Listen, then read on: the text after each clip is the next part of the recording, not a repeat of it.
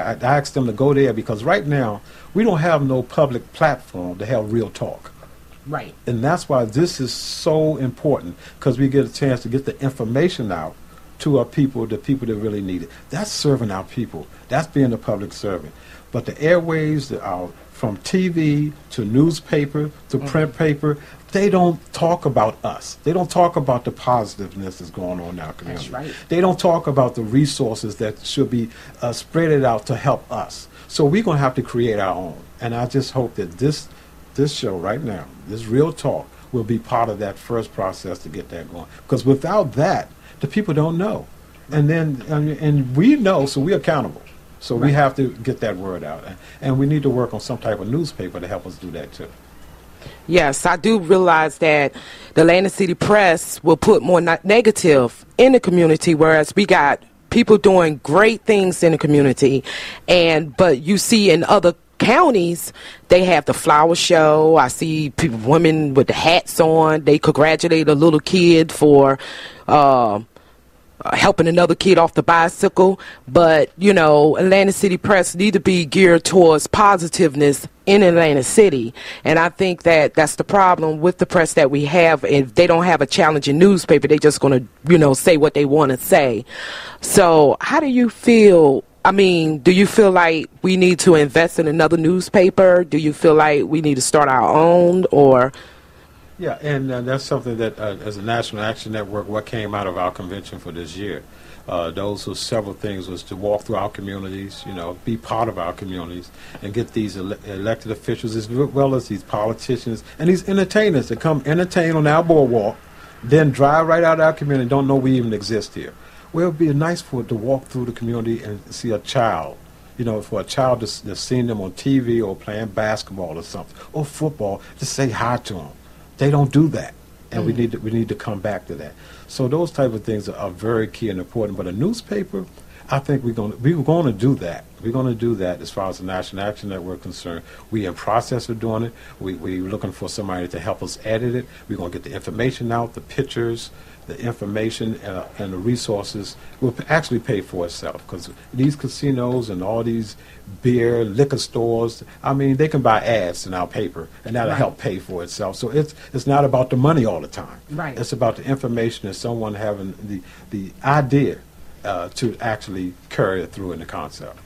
I believe that's going to happen, because I think a lot of people is really tired of the negativity. You go through negativity all your life, and when you get home, you want peace, but you want to read something peaceful too. What is positive going on in Atlanta City? Why is it so terrible there, Because my mom, she look on the website, the press, and she was like, oh my goodness, dang, it's nothing never good there, So, I mean, I do understand your plight, and you keep on doing what you're doing. I mean, I think you're doing a magnificent job. We still need more men out there, like the Bible said, men need to be ahead. We women, we tired. Well, let me say this about women. Women have 75% of our knowledge of being a man, and we must understand that. If we can just understand that as a man, that 75% of our knowledge is going to come from a woman, because all of us have a mother. We were born. Right. And we must respect the woman. If we start respecting our women, not only 75% of our knowledge will be good, but 75% of our problems will be solved. So it's that easy, of knowing what your role is in life. Mm-hmm. And 75%, and it's hard for men to accept that out of pride. Like, I ain't no woman going to tell me what to do. Exactly. But who changed your pamper? Who burped you? Right. Who fed you? Right. So those type of things, somebody did it. And most of the time, it was a woman. Right. I haven't met yet a man having a baby. so we must get back to the naturalness of life. Right. And 75% of our knowledge of where we come from a woman, and where we going through that life cycle is coming from a woman, and we must learn that. That's why y'all so strong. Y'all probably don't even realize it yourself. Well, I want to again congratulate you for the work you're doing. I know that sometimes it's a thankless position what you do, but you kept strong and you kept looking to the hills for your help. You stopped looking at man and you trust in God. And I know that is great. Hope that pastors will really see other religions will really see that it's head of religions to walk with you, because we need that. And we need politicians to come out. You know, they got our votes. It's time to do the work, you know, not just sit at the desk. So I want to congratulate you for coming out and being here with us to share your time with us and knowledge and empower us with more knowledge. So I just got one question to ask, and that is, when the next show?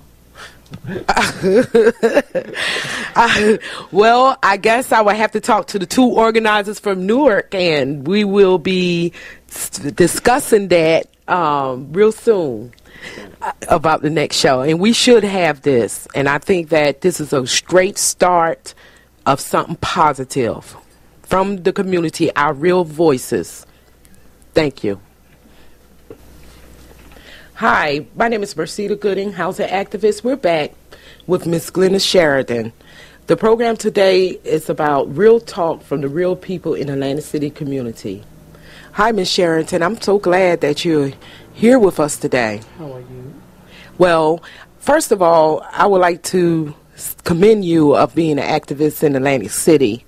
You started out with your building, and I am so glad that you are coming out to voice your concerns on the behalf of the seniors in your building.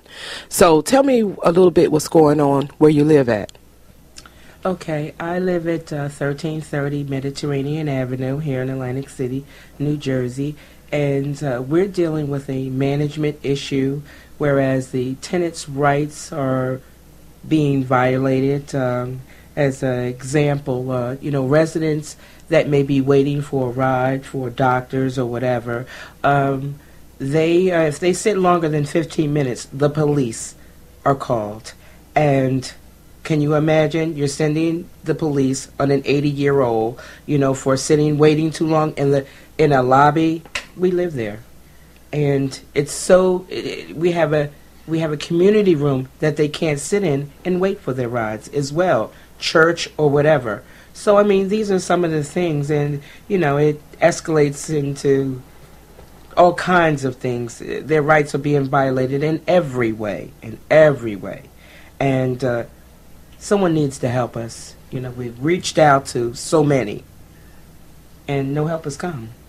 So I understand that you're under the Federal Register, under CFR 245, and that talks about, speaks about tenant organizing. It talks about how you're supposed to organize, management not supposed to be involved in the process.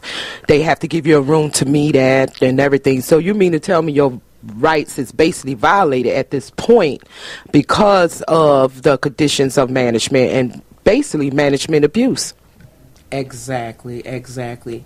When monthly calendars are posted, our meeting dates are not met.